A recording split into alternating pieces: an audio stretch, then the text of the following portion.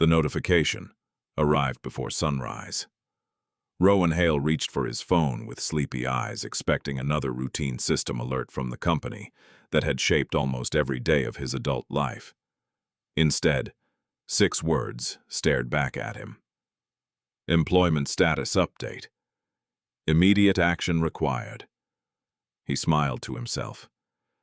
Probably another software update, he thought. He tapped the email. The smile disappeared. His heartbeat slowed before it began pounding so hard he could hear it in the silence of the apartment.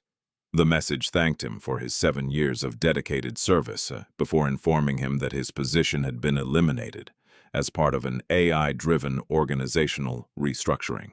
His access to company systems would end in 30 minutes. His health insurance would expire at midnight. Any questions must be submitted through an automated employee portal. There was no manager's name, no apology, no explanation. Only 2 cold words at the bottom, generated automatically. Rowan read the email again, then again.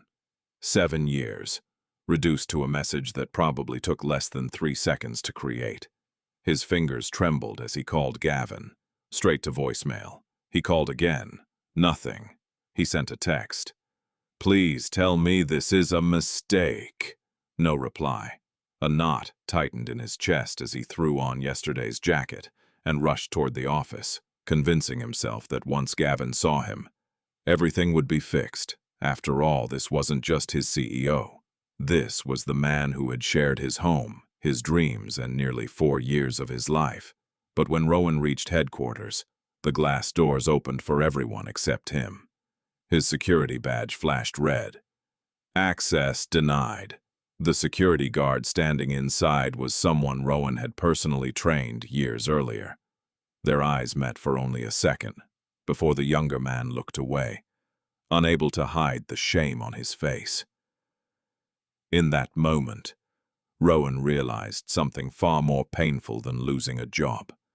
Someone had already decided he no longer belonged. As he stood frozen outside the building he had helped hold together for 7 years, a familiar employee hurried past him and whispered, without stopping, "Rowan, you're not the first." 7 years earlier, Rowan Hale had walked through those same glass doors carrying nothing more than a laptop bag, a notebook, and the quiet determination to build a life that mattered. He never imagined the company would become his second home, or that one day it would forget he had ever belonged there. Rowan wasn't the loudest voice in the office. He wasn't the employee collecting awards or delivering polished presentations in boardrooms. While others chased promotions, he quietly solved problems no one else wanted. When the servers crashed after midnight, Rowan stayed until dawn. When an important client threatened to terminate a multi-million-dollar contract, he patiently listened, apologized for mistakes that weren't his, and found a solution before sunrise. If a co-worker became overwhelmed, Rowan absorbed their workload without complaint. If a new employee looked lost, he was the first to pull up a chair and guide them through the chaos. Somehow, he always noticed when someone needed help, even while carrying burdens no one seemed to notice. People often joked that the company ran on coffee, Wi-Fi, and Rowan. They laughed. Rowan did too. Deep down he believed they were only joking. That same quiet kindness was what first drew Gavin Mercer to him. Long before investors' headlines and executive dinners, Gavin would leave a cup of coffee on Rowan's desk before early meetings. If Rowan worked too late, Gavin insisted on driving him home. Their conversations slowly stretched beyond spreadsheets and deadlines into dreams of traveling together, adopting a dog, and one day building a family when life finally slowed down. Without anyone at work knowing, they eventually shared an apartment instead of separate addresses. 2 toothbrushes rested beside the same sink. Their weekends became grocery shopping, movie nights, and lazy Sunday mornings that felt wonderfully ordinary. For a while, Rowan believed love and loyalty were enough to survive any storm.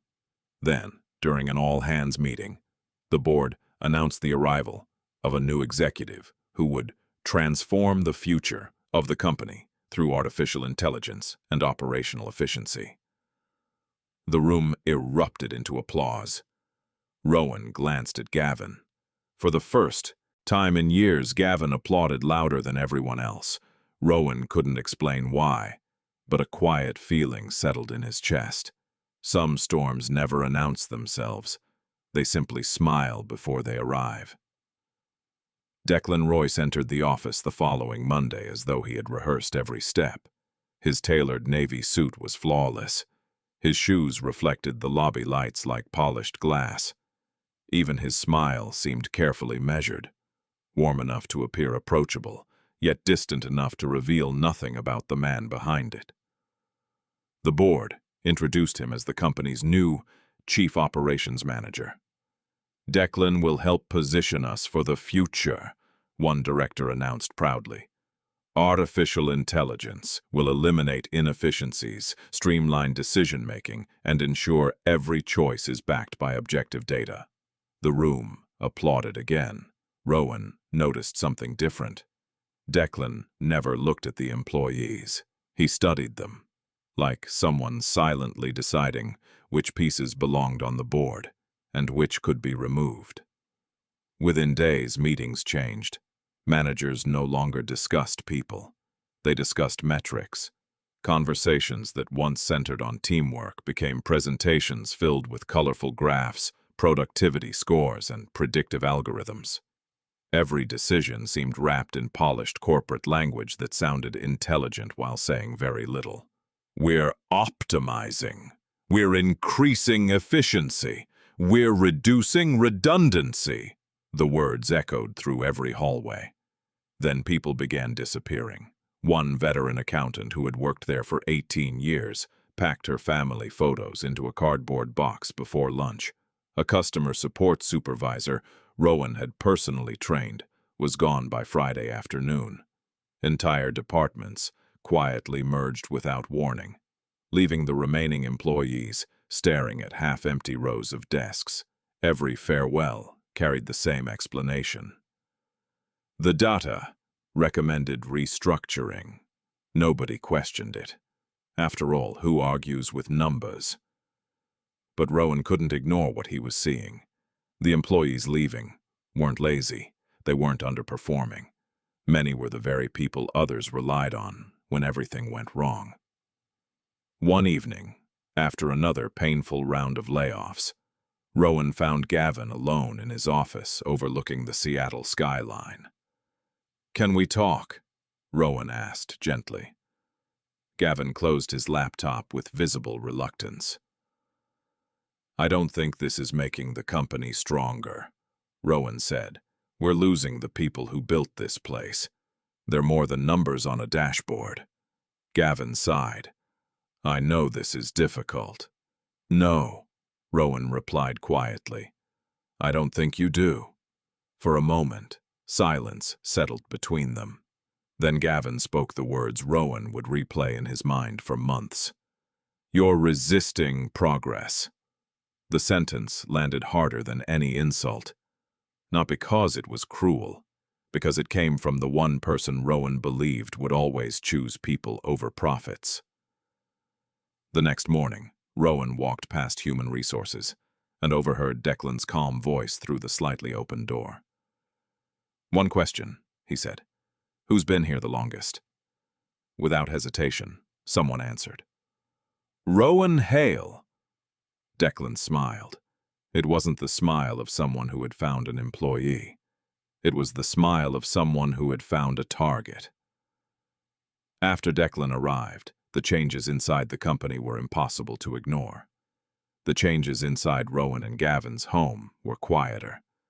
And somehow, they hurt even more. There had once been a rhythm to their life together. Gavin would come home exhausted, loosen his tie, and ask Rowan about his day before opening his laptop. They cooked simple dinners, argued over which movie to watch, and laughed about the little disasters that came with running a growing company. Those evenings slowly disappeared. Now the apartment was filled with silence, Dinner grew cold while Rowan waited at the table. The clock would creep past 8, then 9, sometimes midnight. A text would finally arrive. Investor meeting. Don't wait up. At first, Rowan believed him. He reheated the food, left a plate in the oven, and convinced himself this season of their lives would eventually pass. Building a successful company demanded sacrifices, and he wanted to be the kind of partner who understood that. But sacrifice only works when both people are carrying the weight. Rowan had begun carrying it alone. Birthdays were postponed. Weekend trips were canceled. Anniversary reservations quietly expired without either of them mentioning them again. Every promise was replaced by the same familiar sentence. "I'll make it up to you." The words became so common that they stopped sounding like hope. They became an apology for a future that never arrived.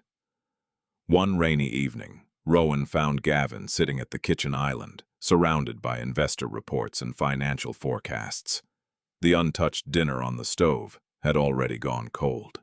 Instead of asking about the meeting, Rowan asked something much simpler. "Do you still see us in your future?"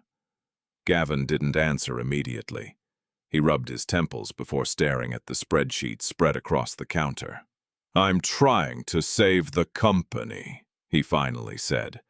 Rowan waited. He expected Gavin to say, "and us." The words never came. In that unbearable silence, Rowan understood something he had refused to admit for months. Gavin wasn't choosing between work and rest. He was choosing between ambition and the life they had built together. And ambition was winning. That night they went to bed on opposite sides of the same mattress. Neither of them slept. Before sunrise, Rowan's phone vibrated on the bedside table. Still half awake, he reached for it, assuming it was another routine company notification. The subject line appeared on the screen. Employment status update. Immediate action required. This time there would be no promise to make it up. Only a decision that would erase everything Rowan believed they had built together. The email was only the beginning. Rowan stood outside the headquarters, staring at the red light flashing on his security badge as employees hurried past without meeting his eyes. Some recognized him. Others pretended they didn't. The building he had entered almost every day for 7 years suddenly treated him like a stranger. The security guard shifted uncomfortably. I'm sorry, Rowan." Those 4 words carried more humanity than the email that had ended his career. Rowan forced a small nod. He wasn't angry with the guard. He knew what fear looked like. He had seen it on the faces of employees during every round of layoffs. Now it lived in his own reflection. He walked away before anyone could watch him fall apart. Back at the apartment, the silence felt heavier than ever. Gavin still hadn't called. Not a voicemail, not a text, not even a single sentence explaining what had happened. Rowan looked around the home they had built together. The framed vacation photos, the coffee mug Gavin always used, the sweater still hanging over the back of a chair. 7 years of memories suddenly felt like evidence from someone else's life. He began packing his belongings, not because he wanted to leave, but because staying hurt too much. While clearing out a hallway cabinet, a small encrypted backup drive slipped from an old storage box and landed on the floor. Rowan frowned. He had completely forgotten about it. Months earlier, during a company-wide server migration, he had created emergency backups of executive files in case anything went wrong. Once the transition succeeded, the drive had been pushed aside and buried beneath old cables and notebooks. He turned it over in his hand. For a moment, he considered throwing it into the trash. What was the point? Nothing inside could give him back his job. Nothing could undo Gavin's silence. Still, something deep inside refused to let it go. He connected the drive to his laptop. Folders slowly appeared on the screen. Meeting archives, financial approvals, executive recordings. His cursor hovered over a file marked Executive Review, Confidential. He clicked. A familiar voice filled the room. It was Gavin, calm, certain. "Approve the recommendation." Then another voice answered, Declan's. "We'll let the algorithm take the blame." Rowan's blood ran cold.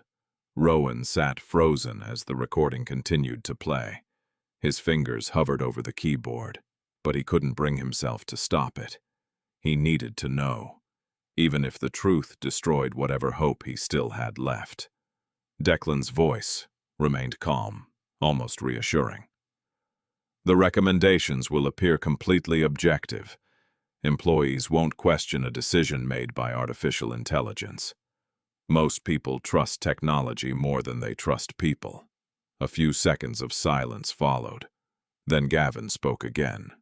"Make sure there's no direct connection to executive approvals." "Already handled," Declan replied. "The system will generate the reports automatically after we finalize the list." Rowan felt as though the air had been pulled from the room. The layoffs had never been random.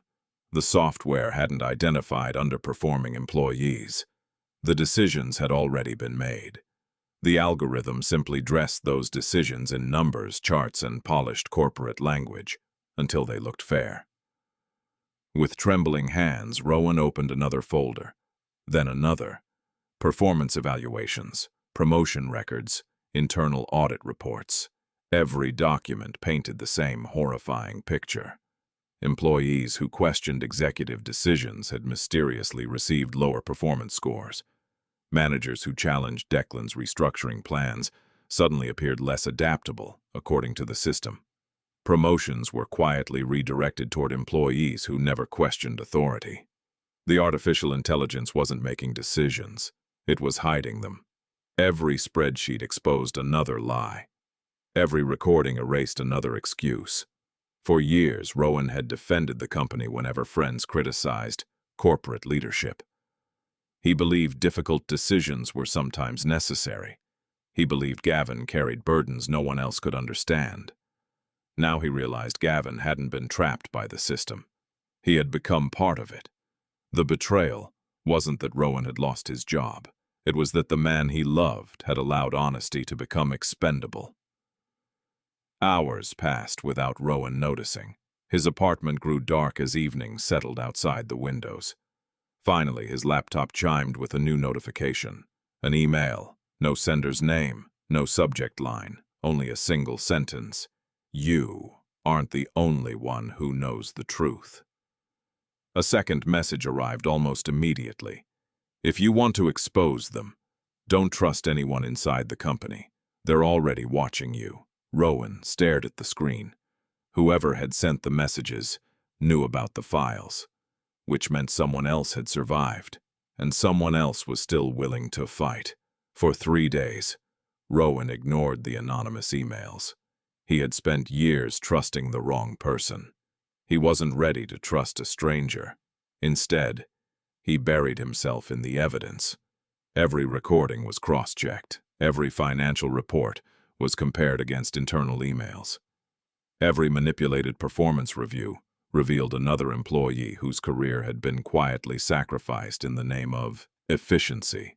The pattern was undeniable. The victims weren't incompetent. They were inconvenient. On the 4th morning, another message arrived. "Meet me at Harbor Street Cafe, noon. Come alone." Rowan almost deleted it. Instead, he went. The cafe overlooked Elliott Bay, where ferries drifted across gray water beneath a sky that threatened rain. Rowan chose a table near the window, his eyes constantly scanning the room. A man in his early 30s approached, carrying 2 coffees. "I guessed you'd order the dark roast," he said with a gentle smile. "You always did." Rowan frowned. "Do I know you?" The man set 1 cup in front of him. Nolan Cross. Recognition slowly returned. Several years earlier, Nolan had interviewed the company for a feature on ethical leadership. While everyone else had spoken with executives, Nolan had spent most of his time talking to receptionists, technicians, assistants, and operations staff. including Rowan. "I remember you," Rowan said quietly. "I remember you too," Nolan replied. "You were the only person who answered my questions without trying to impress me." There was no pressure in his voice, no hidden agenda, only patience. Rowan slid the encrypted drive across the table. "I don't even know if any of this matters anymore."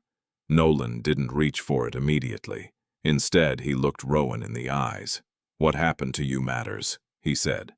"But if these files are genuine, this stopped being your story the moment they did it to someone else." For the first time since the email arrived, Rowan felt something he hadn't expected. Not hope, safety. Over the following weeks, they worked side by side in libraries, rented offices, and quiet cafes, verifying every document before drawing a single conclusion. Nolan never pushed Rowan to move faster than he could bear. When exhaustion took over, he simply closed the laptop and suggested they continue tomorrow. Then, one rainy evening, Nolan's phone rang. He listened silently before hanging up. "The national network is ready," he said. "They'll publish everything tomorrow morning." Neither of them slept that night.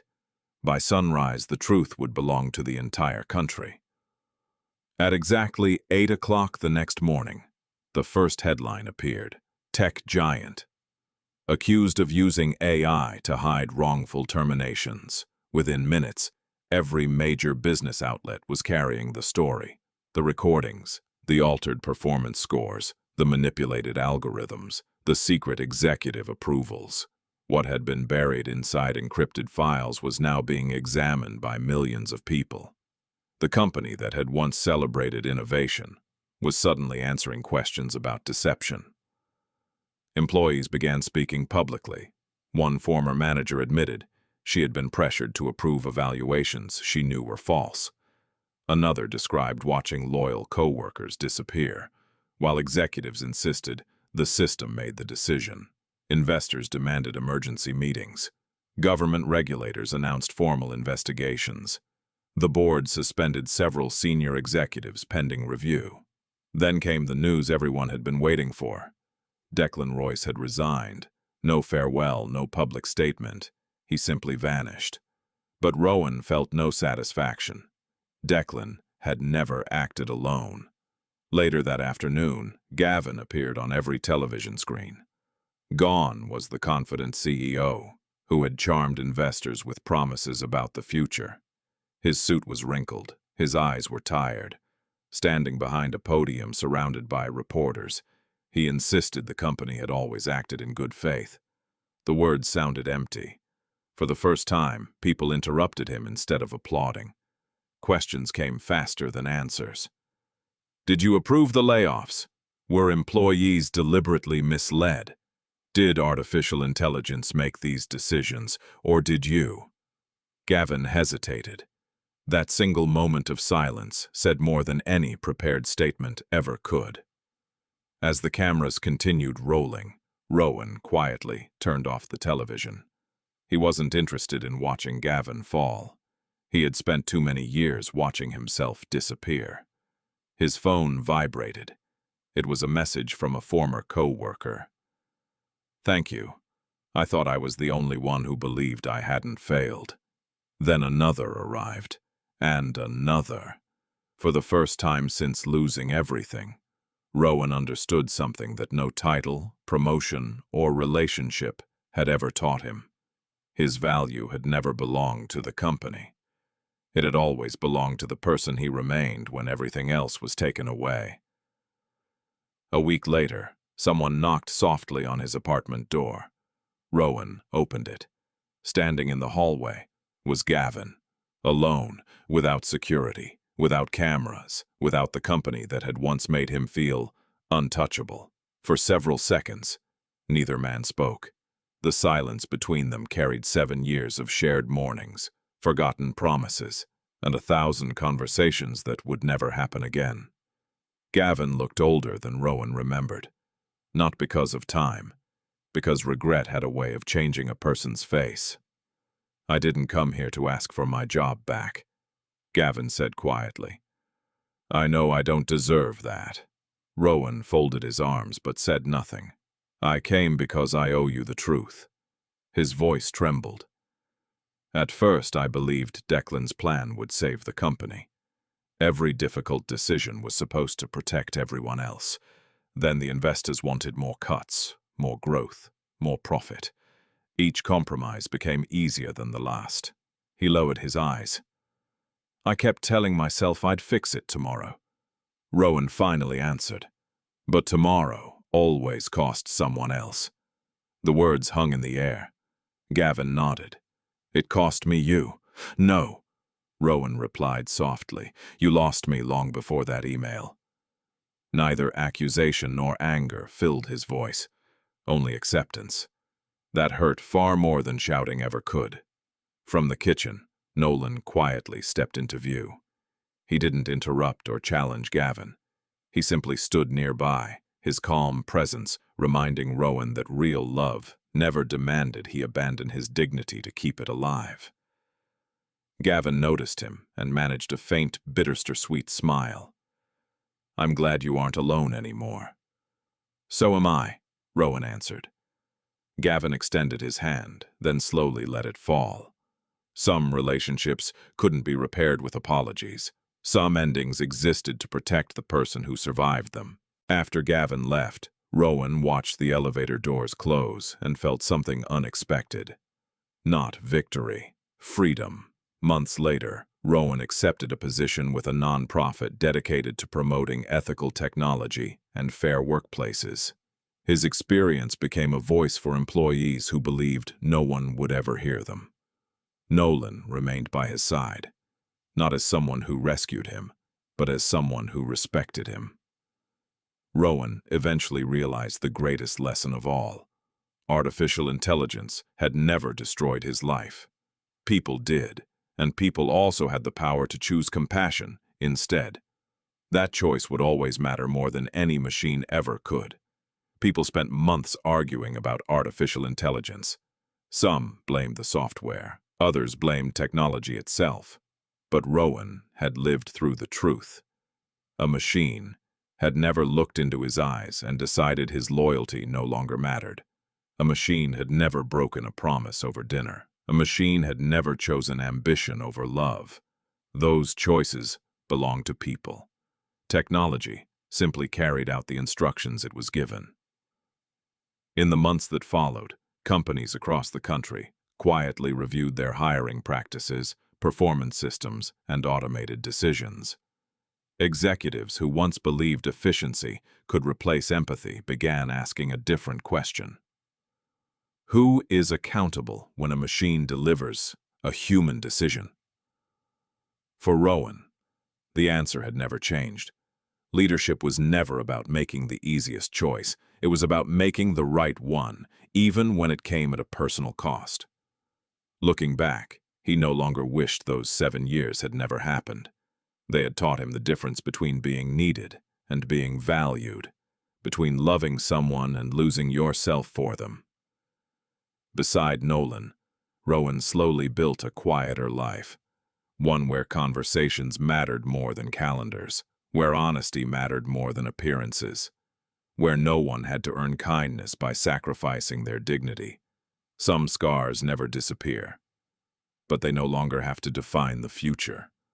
Because in the end, people rarely remember the software that changed their lives.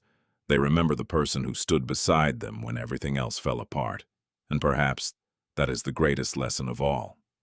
The future will always belong to those who embrace innovation, but humanity will always belong to those who choose compassion.